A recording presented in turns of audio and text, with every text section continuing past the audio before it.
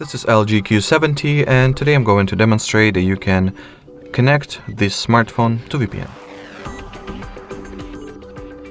So to begin with, we'll have to download the free app for it, which allows us to do so. So the app's name is Turbo VPN, so open up the Play Store on your phone and, well, install the app.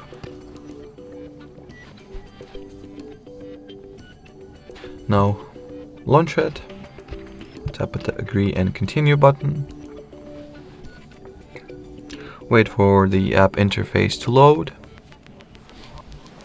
In here, in order to establish the VPN connection, tap at the caret icon over there. As you can see by this little key icon at the status bar, we have successfully connected our device to VPN. From here, while at it, you can change the server, thus country that it is connected to.